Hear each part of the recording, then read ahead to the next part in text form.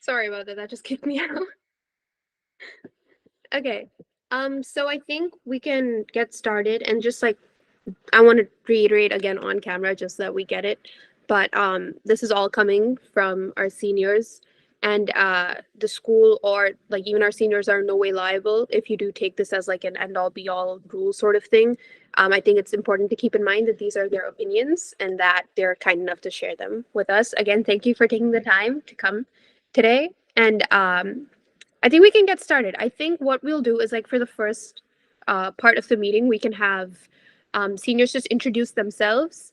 We might all but just in case, just introduce yourself, which college you'll be attending in the fall, any majors that you're looking at right now, or anything you're looking to join. And then just the single most important thing you think that you learned at WA. And then we can get into questions from the people in the meeting, and then you guys can like answer them as a panel. So I think first we can start off with the introductions with whoever wants to go first.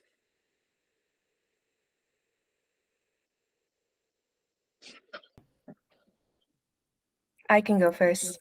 Okay, thank you. Hi everyone, my name's Alexandra. I just graduated and I'm going to be attending UC Santa Barbara in the fall as an economics major. Is there anything that you would like to, what would you say is the biggest thing you learned at your time at WA? I would say because I moved here during my junior year, like the beginning of my junior year, probably something that I learned is just kind of letting loose a little bit. I feel like in the beginning of my high school years, I was so focused on just getting like good grades all the time, joining the right clubs. But in the end, you kind of learn that there are no right clubs to join, and you kind of just have to, you really do have to follow your passion. Like at first, I wasn't following my passion very much, but when I moved and I made new friends and I was in a new, like, setting, I kind of just let myself do the things that I was interested in rather than letting other people tell me, this is good for your application and things like that. Great, thank you. Who would like to go next? I can go. Thank you. I'm Shreya. I'm going to be attending Simmons University in Boston, and I'm going to be majoring in nursing, and I'm possibly looking at, what's it called? Minoring in psychology. And I'd say that the most like important thing is probably having like a support group that you can like rely on to like sort of talk to about school, because like some people might have like the same classes, so like sort of like helping each other out and stuff. Thank you, thank you. I can go. Oh, do you have a question? Sorry. For Shreya. What? No, I'm good. Oh. No. All right. Yeah, I'm Spurti, and I'm gonna be attending Stony Brook University, with a major in bio and a minor in South Asian Studies. Great. And what would you say is like something that you learned over your time at WA? Oh, being productive is kind of like you have to find the way that you want to study and you're productive in order to like do well.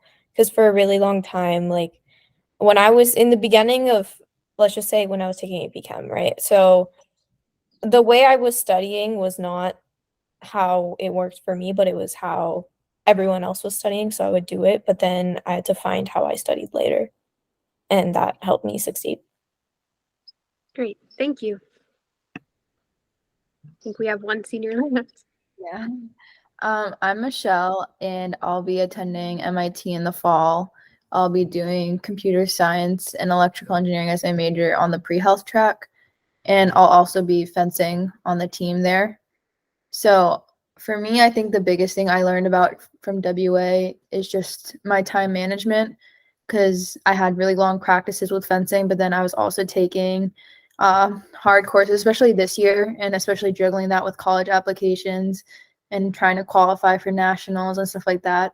It was just basically trying to manage my time out and making sure I gave a proper amount of time to everything.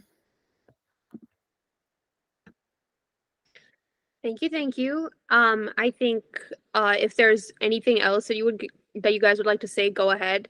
Otherwise, I can have everyone think of any questions that you have for our seniors here while they're here, and just put them in the chat if you want to be anonymous, or like go ahead and ask your questions. And I think we can let anyone who wants to answer those.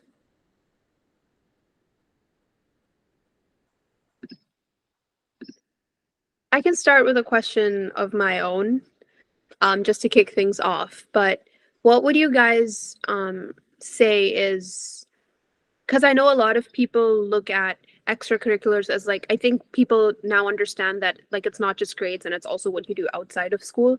But now there's this whole frenzy around like which extracurriculars are the right ones, and when they should join and how much time they should potentially be spending outside of school. I think it's become a big thing. Like, I think people are finding it increasingly hard to balance these crazy extracurriculars in school. So what would you guys say is the best way to handle extracurriculars? And what I mean by that is, how do you know which ones are right for you, and how do you know how deep you want to go in them while also being successful in school? Like, how do you find the balance between courses and work outside of school? I can take this one. So Okay. going into high school, I definitely had a lot of extracurriculars. I didn't really have a day I wasn't doing anything. But then as I like kind of went into high school, especially like after COVID and things started turning into normalcy, I had to narrow it down definitely in order to keep my grades up. And for me, like I think how I chose what was most important is I kind of always knew that I wanted to be an engineering major. And in my mind, good thing about extracurriculars is how you can connect them to your major. Obviously, you don't need to know what your major is right now, but let's say if you know you want to go into engineering, even though I still pursued music, I found ways to tie that into like my pursue how I wanted to go after engineering. And I mostly focused on like more STEM extracurriculars. Great, thank you. Would anyone else like to add on to that, or do you think that was?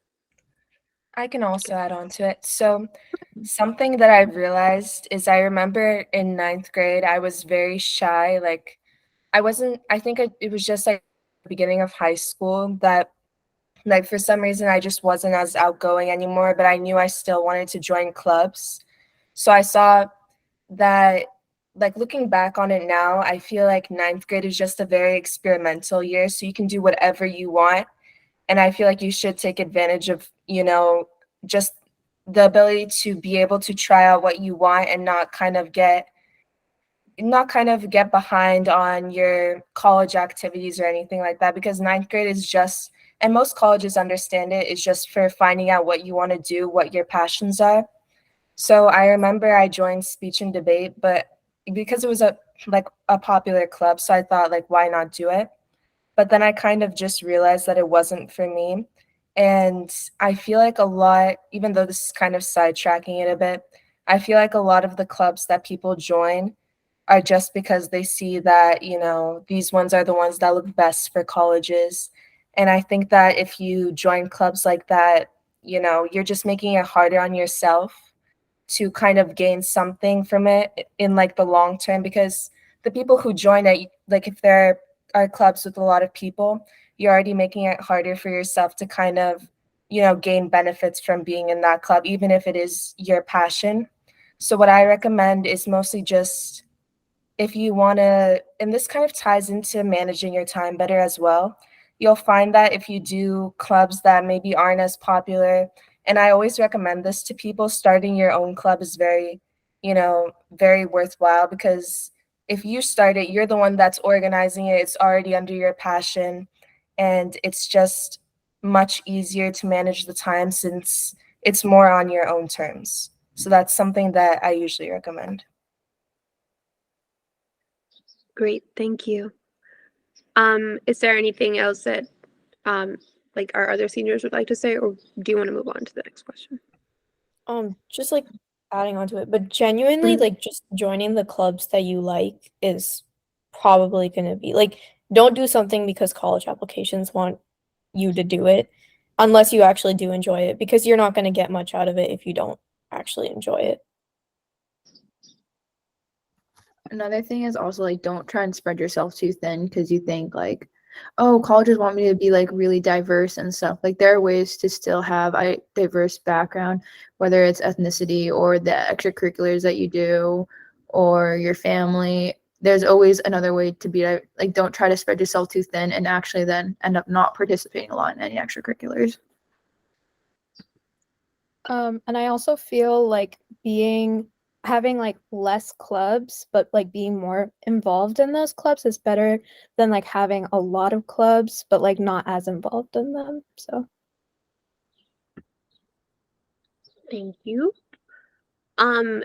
If we're all good on this one, does anyone else have any other questions about either the, oh, we do have a question. Let's see.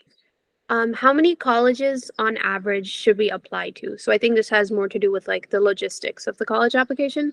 So what would you guys say about how do you figure out how many to apply to? I think that's what the question is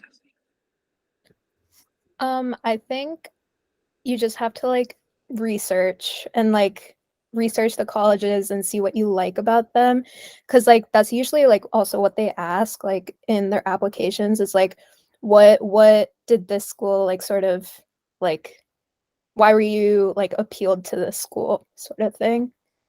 Mhm. So I personally I applied to like I think 13 colleges, but I know people that applied to like 20 something colleges.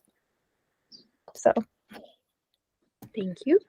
I would also say that most of the time, people like you can apply to as many colleges as you want. A lot of the times you're going to be qualified for most of them, but the truth is that admissions officers, all they see is what's on like your application. So even if people know you as, like the type of person who would succeed in that type of environment, or like, I don't understand, like you should have gotten in or something like that.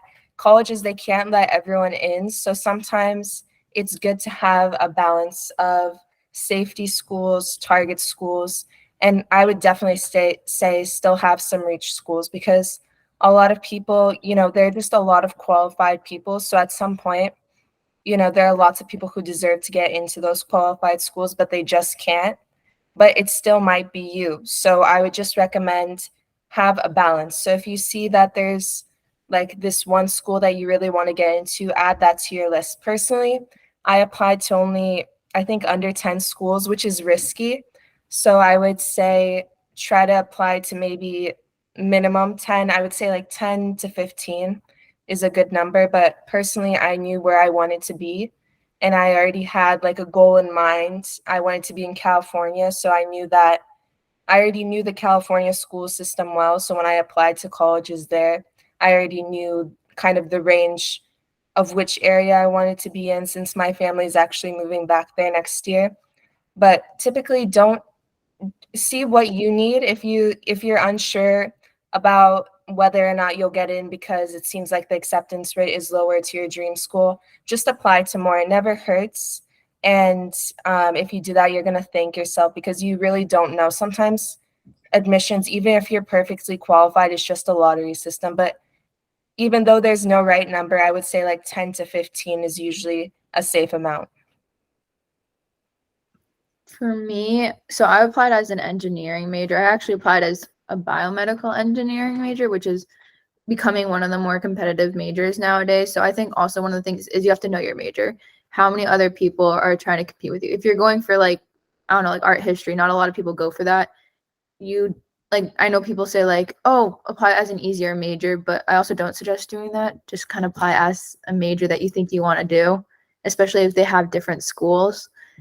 And yeah, so I think for me, I was originally gonna apply to like over 20 schools, and but then like as I was narrowing down my list as like senior year was approaching, like I kind of realized like, oh, at these safety schools, I'm just applying because it's a safety school. I'm not actually wanting to go there. But I think an important thing to realize is like have an actual safety that you want to go to. Don't just apply to it because like, oh, I know I'm going to get in here. Apply to it because you're like, if I don't have any other options, I am okay with being here. Because sadly, that might be the truth. It might not. You just have to be prepared for anything.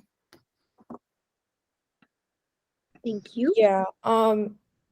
What I would also like just apply to schools that you actually want to go to. Yeah, going back to what Michelle said. But I think a safety that you do want to go to is really important because I know people that applied to one of my friends applied to like 27 schools and he applied to mainly combined like medical programs and a lot of them are super competitive so he got into like 2 out of all of them and at the end of the day he still went to one of his safety schools because financially like college applications are expensive and going to college is expensive. So safety schools will offer you money usually. That's why it would be a safety. And so pick a safety school that you would actually go to because financially that might be one of the best decisions if you decide to go with that. Also, Oh, like with your, oh, sorry. Sorry, no, I was going to be like, oh, I applied to 19. Okay. Also for your safety schools, like also make sure you try on the application because like Sporty was saying, you can actually get money from it. Yeah, and also just like prepare yourself from rejection from schools that you even do think you're gonna get into. For me, that did happen. Like I did get rejected by some safeties, which was definitely a little bit of a shock, but like just like you got to put your all into every application. Great, thanks, guys. So, any other questions? Hello, anyone? sorry. Oh, Sorry, I'm late. But I've heard that applying to different schools takes up a lot of time, and the questions I've always had was that I was wondering how you all managed your time during the summer and the beginning of the fall. I can answer. Oh, do you want to go? I was gonna say like I'm probably not the best example, but I didn't start my college applications until school started because I was like a little bit last minute, It did work out, but it was definitely a lot more stressful than it would be. A lot of colleges right now already have their prompts out, like they don't usually change them. And if they do, it's minimal. So I would kind of like, maybe take a peek.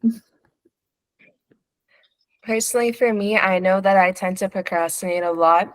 So, especially since I was just going into senior year, I'm pretty sure I already had senioritis before I started my senior year. So that's why I thought, okay, I need to do something about this because I know when the school year starts, I'm going to be too busy with my classes to even, pay attention to my college apps. So what I did was I didn't start the actual like filling out the details of the application at all.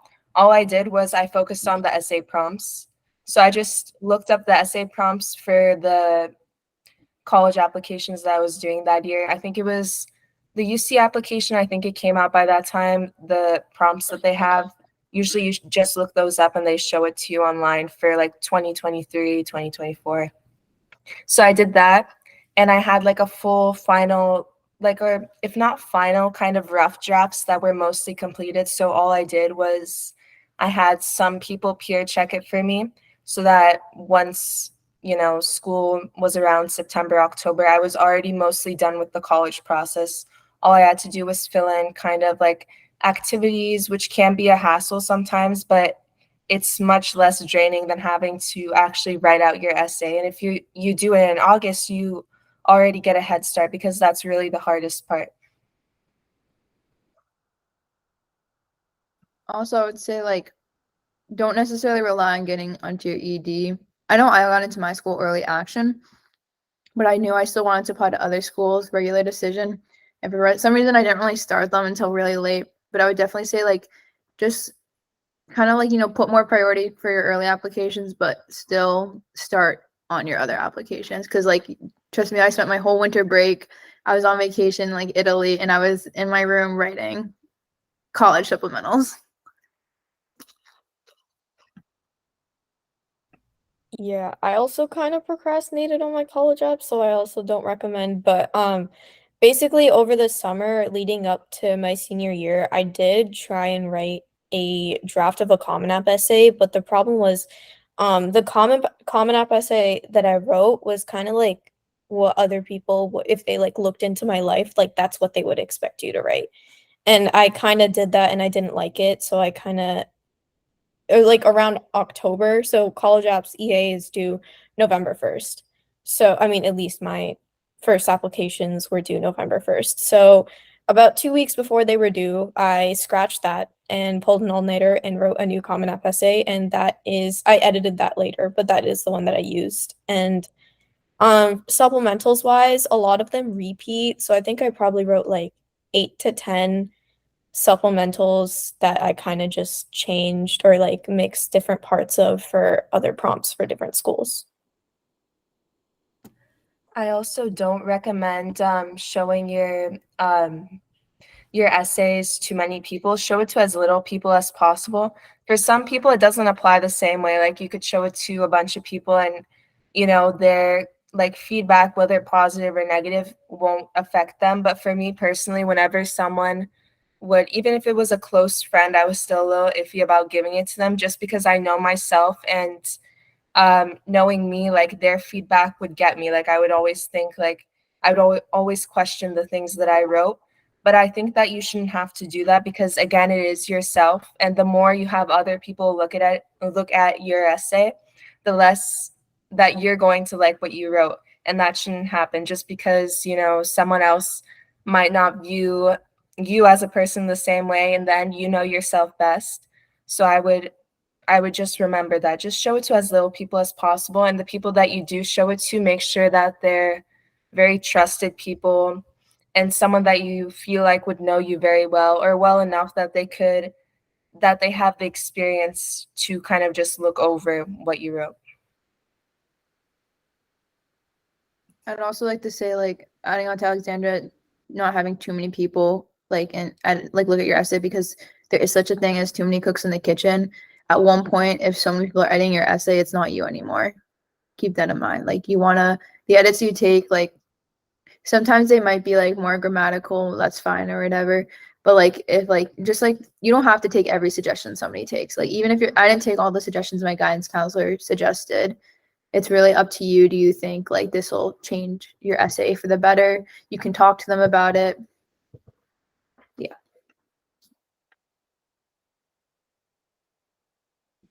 Okay, then I think we're good to go to the next question. Yep. Okay. Does anyone else have any questions that they would like to ask? So my question was, sorry. Sorry, you can go. My question was about the process of college applications. Is there something specific you would like to know about it? Like how early should you at least start to think about it, maybe? Okay, I'm playing a sport in college.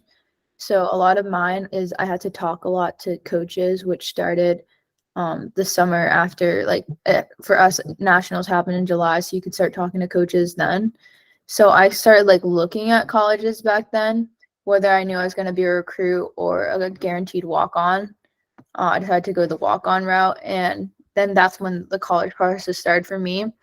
But I guess I know my sister, when she applied, she started like the summer before her senior year. But also keep in mind that some Southern schools have their application date October 15th. So you want to just remember that like you might have to have your stuff a little bit earlier than everyone else. Like I know I applied to UNCEA and they had their application due a lot earlier.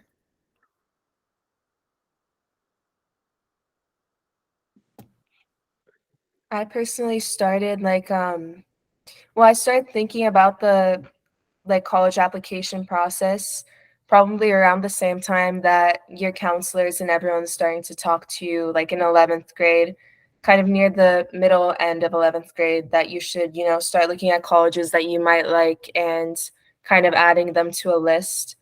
So, but I didn't really like, I did research, but that was because, you know, my parents were thinking like, you know, you should probably start early so you can get a head start on looking where you want to go, which I thought it was a good idea because I was a little lazy to do the research over the summer. So I did force myself to just look at a couple schools, and the things that I would usually look for were the major options, how did these majors rank? Because keep in mind that just because a school is a top school doesn't mean that it's the best in all majors. Like your major, like for example, economics. I knew that UC Santa Barbara had an amazing economics program. So I thought, if this is something I want to do, this is something that I do want to pursue in the future. So I added that to my list. And if you don't know what major you want to do, look for other things that you like. Is the school, does the school have a large student population? Does it have the sports that you might like, the clubs? Is it social? Is it more like a party school, or is it more independent study? You kind of have to look for those things. And then by the time I gathered a list was probably July, August. So it wasn't too early. I feel like it was just the right time. So don't feel like you're falling behind your classmates. It's of course never too early to start, but I feel like you'll get a sense of where you're at by July, August, because that's kind of the point in the summer where you're transitioning to thinking about applying to different schools.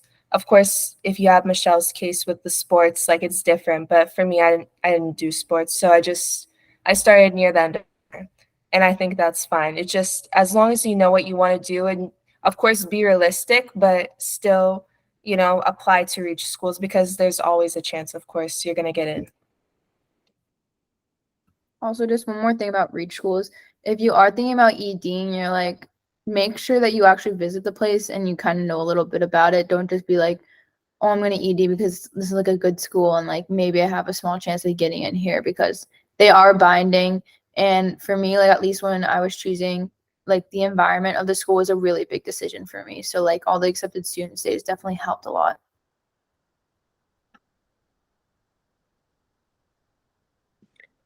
Great. I think we're ready to move on to the next question if everyone's okay. I think we do have a question in the chat. Just real quick, I think this goes back to one of our previous questions. But they ask, what do you mean you can get money from safety schools? And I think we were talking about this with, how many we should be applying for. But I think they were kind of confused about getting money from safety schools. So a lot of like reach schools, like Ivy League, any like top 20 schools, they don't give out merit scholarships because like they're like, oh, everyone gets in on their own merit. So if you think that like a school's financial aid package might not be enough, whether like FAFSA doesn't like accurately represent your financial situation, safety schools, like a lot of state schools will give money, or even a lot of private institutions will also give money. So it's something to consider if you're like worried about financially.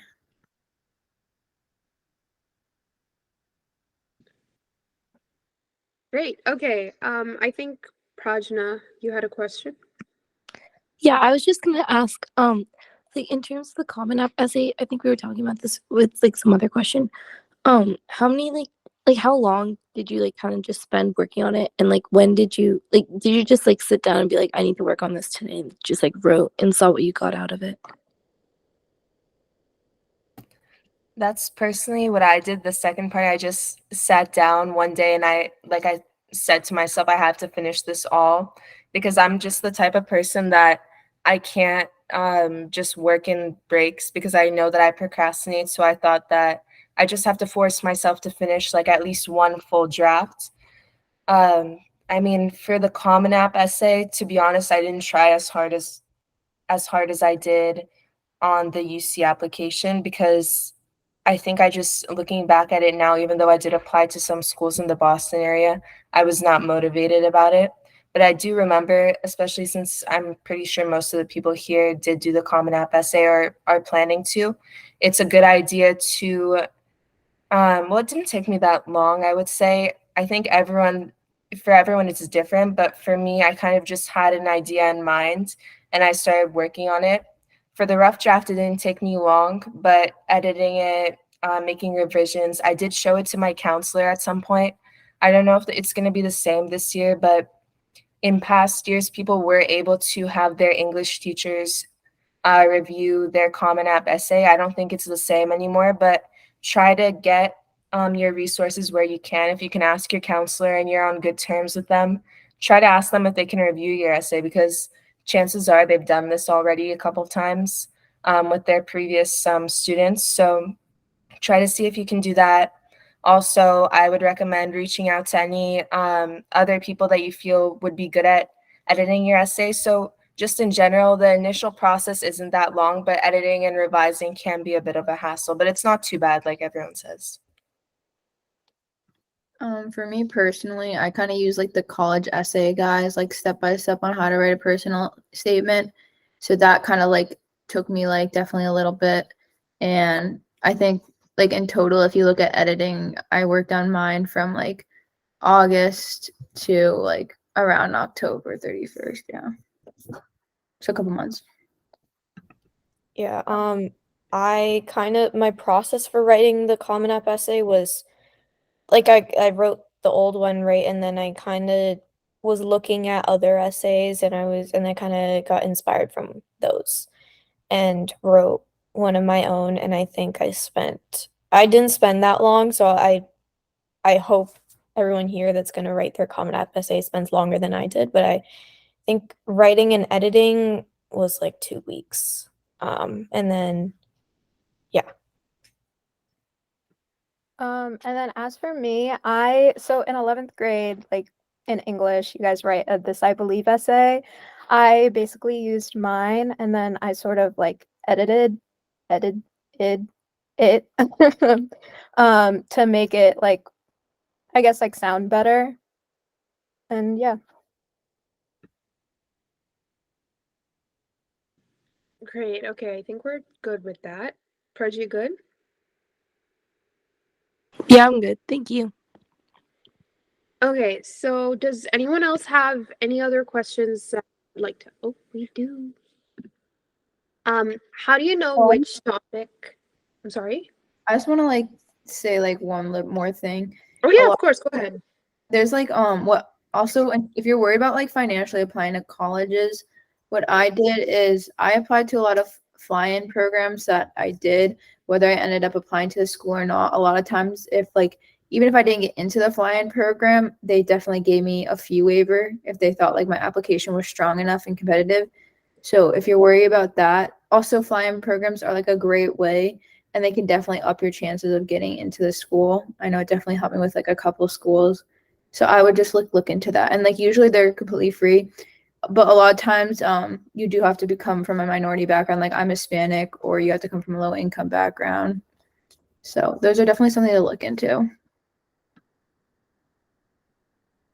Great, thank you. Is everyone okay with that, or is there anything else you would like to add? Okay, we can move on to the next question that way.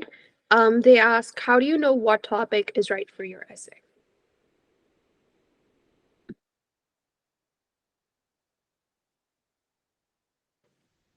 Would anyone like to take that? I use the college essay guys essence object thing. And when I was writing my college essay, the Westford Farmers Market, and I love Farmers Market, was around town. And it was something that was just really resonating with me in the moment. I think if I had written my college essay now in the summer, it definitely would have been a different topic. So like I just kind of like looked around at my life and thought what my values are and what kind of things do I do, or what kind of objects do I do that I have that kind of represent it, or like is there a certain story I can tell that I think represents me. It's definitely like a challenging thing to overcome, which is why I use the essence object thing, because I really think that helped narrow it down, and it kind of had me to start thinking of like, oh, I can tie my essay into a certain object like teas, or if I collected hats.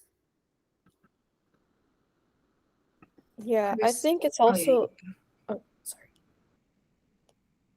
Okay. I think it's not just like what you're writing about, but also like how you're writing it, right? So what topic you choose to write about is important, but it's also not as important as like the execution and what you're showing about yourself. And that's the more important part of writing your Common App essay. Yeah, for me, I would say that looking back on it now, there was no perfect topic that I could have written about. It was just what I thought about at the time. Honestly, looking back at it, I would have changed some of my essays because I just feel like, I could have written it better. I could have spent more time on this. It just really depended which school I was applying to and how much effort I put into it overall. But I remember specifically for my UC ones, and you can kind of relate this to the Common App as well because they go under very similar ideas, is I was very reflective of how I changed, like my growth since 9th grade to 12th grade. That's just one idea. And you kind of have to tie it in your own unique way, which is hard to explain. And I remember when people were telling me about that, how you have to kind of write a new angle that admissions officers haven't heard before. And I was thinking to myself, I was just like confused, like, how do I do that? How do I sound unique when there are hundreds of thousands of applicants applying? So something I would recommend is if you find, I don't remember their names, but there were specific YouTube channels that would show kind of example college essays, kind of what admissions officers look for. And they have a lot of those people who do like, that are like private college counselors or whatever you call them, and they share their ideas on YouTube as well. You can look at those and they give you sort of an idea of where to start. You can always also ask around, see what other people are doing. Don't share too much of what you think you're going to do yet, because you just like, it's just kind of a process. It will come to you at some point, but it's always going to be hard to work out. So that's why it's good to get as many resources as you can first to get an idea of what you have to look for, rather than just like starting to type something when you don't know exactly what you're aiming at.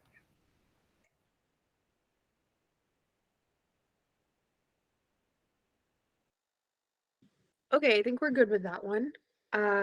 Is there anything else that any of us would like to ask our seniors while they're here? Okay, I think I have a question of my own. And that is, how would you okay, I know a lot of people just take APs because they want to like boost their GPA. And I know that some people take them, like only take the APs that like correspond to their major. Like if they're interested in like STEM and engineering, they would take like higher level classes in that field. So would you guys say that it's worth the little GPA boost per se to take higher level courses, or is it a better option to choose courses based on what you think you'll be doing in college? Well, for me, I think my first priority is like I wanted to show colleges like, oh, I can excel in like higher levels of math or like physics. So that was definitely a priority. But then in terms of like my other classes, like my like history APs or like language, for me, I was just like, oh, do I really want to be taking this in college? No, and this could be a way to get out of it. So that's how I kind of went around it. For me, I just mostly took the type of APs that I was interested in. If I did want to get a GPA booster, honestly, I don't think I was thinking about that, just because I felt like most of the work that I put into classes were ones that I really wanted to take. So if I was taking, because this year I took on a lot of similar AP classes like AP Euro and A Push at the same time, since I was doing double AP classes plus another AP at the same time. I thought it would just be too much if I was trying to do some GPA boost. It was mostly just because I was passionate about it. I don't really think it's worth the GPA boost because it is an AP course, and it's not, for some people it's going to come easier, but for me personally, I felt like I always had to put in at least, a certain amount of effort into all the APs that I took. So unless it's some like honors course that you want a GPA, not GPA boost for, but that you feel like you're going to get an easy A in, like you could go for that. But as for AP courses, personally, I found that even though that was kind of what I had in mind at first, I did want a GPA boost. Later, the classes that I took were more centered around what I wanted to do, because I saw that it just wasn't worth it. Yeah, looking back on it, I kind of wish that I didn't take A push, which if you like history, that's great. But I don't like history, and I took it with the mindset of, oh, it's a GPA boost. And like I loved my teacher and I did decently well in the class, but like I didn't enjoy it. And the exam was horrible for me to take. The AP exam was like, what was it, 2 essays, 3 essays? It was horrible. So I wish I never took A push, but like don't think of your life or high school life in terms of numbers. Do it because you want to do it. So for me personally, I actually also didn't think about like the GPA boost. I was thinking about like more of like what colleges would like teach me, and I felt like AP classes would be sort of similar to college classes since it's like harder and it's advanced placement. So that's why I sort of took it. So yeah. I know with a lot of APs, I've taken a few dual enrollment courses, and a lot of the college kids who were in their class say like that their APs did help them a lot, like get ahead, like a good footing for their first class, especially for weeding out courses like Bio 101, Chem 101. If you know you're going into a STEM major, those might be a good one to take, just so like even if you might not get credit for the class, at least you'll kind of get a leg up of everyone else, and it won't be the first time that you're seeing this material. It's also like if you want to graduate college early, like in 3 years, whether it's a lot of like it's a financial situation or you just personally want to do it, APs are like a good way. I know with my sister college at Vanderbilt, they took all of her credit and like her dual enrollment credit in her summer classes, so she could have graduated in 3 years if she wanted or earlier.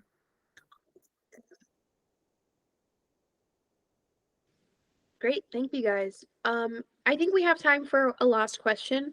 If there's something that someone really wants to ask, please go ahead.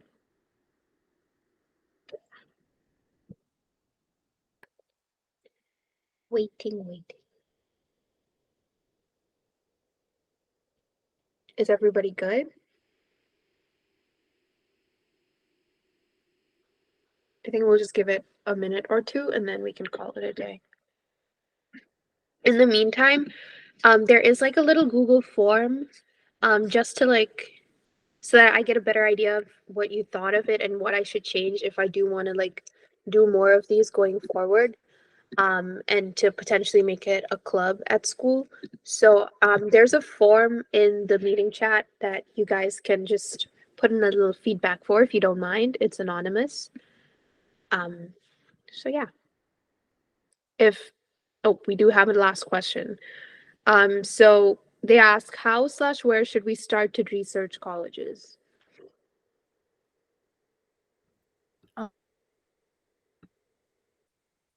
Michelle, I think For me, like a big factor was just like how good it was for my major. Obviously, like location, if you know like location is going to affect your mood a lot, that can be a big factor because it's going to eventually affect your grades if you know you're in a place that's like too cold or it's too hot. Like you want to make sure like you can definitely study in the environment that you are, especially like the vibe of the school, whether it's like, known for being a party school or more quiet. But for me, it was definitely, I just kind of like looked at rankings and I like chose those schools.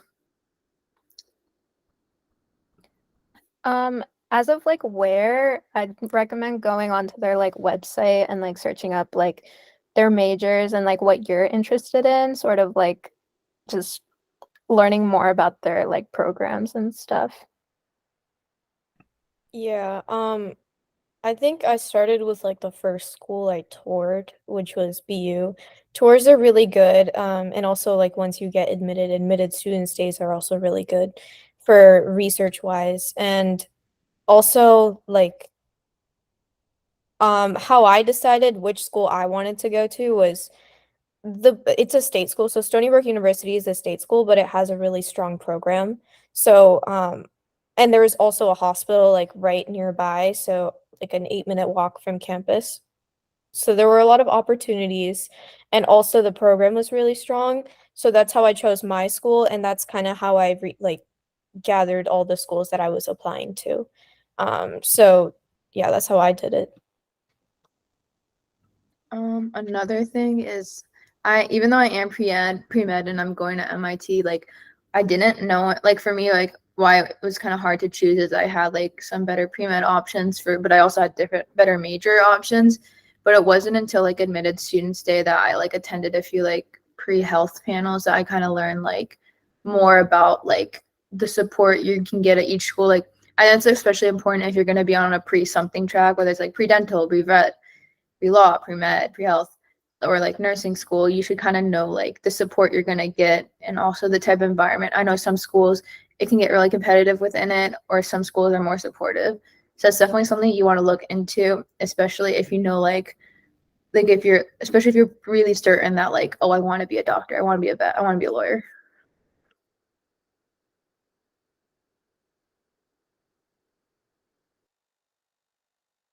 Also, like, I would suggest maybe Googling some of the professors, because that's also what I did. If you know your major, if you want to take some classes there, like, search up some of the professors, read about, like how supportive they are, because sometimes you'll go to schools, like super high-end schools that are like the professors there aren't really there to teach, they're there for research, and that's kind of what I was avoiding. So yeah, do search that up as well.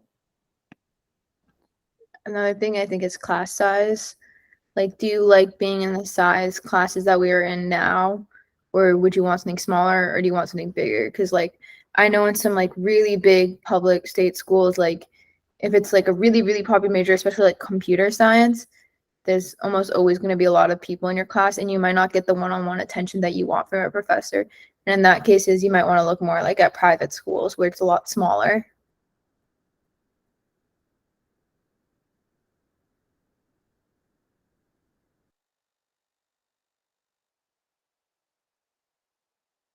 I was muted. Is everyone okay with that, or does anyone need something else? Any more information, or does anyone want to share something more? Because I think other than that, if you guys could please fill out that survey if you have the time, it just takes a minute. It's like 5 questions. That would be really helpful for me.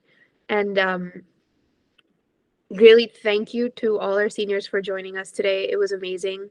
And I think hearing something from a guidance counselor versus hearing it from people who have done the whole thing themselves before, I think is very different. And I think it gives us a new perspective about things and helps us plan out what we have ahead of us. So thank you so much to all of you, really. You've been amazing. You've spoken a lot.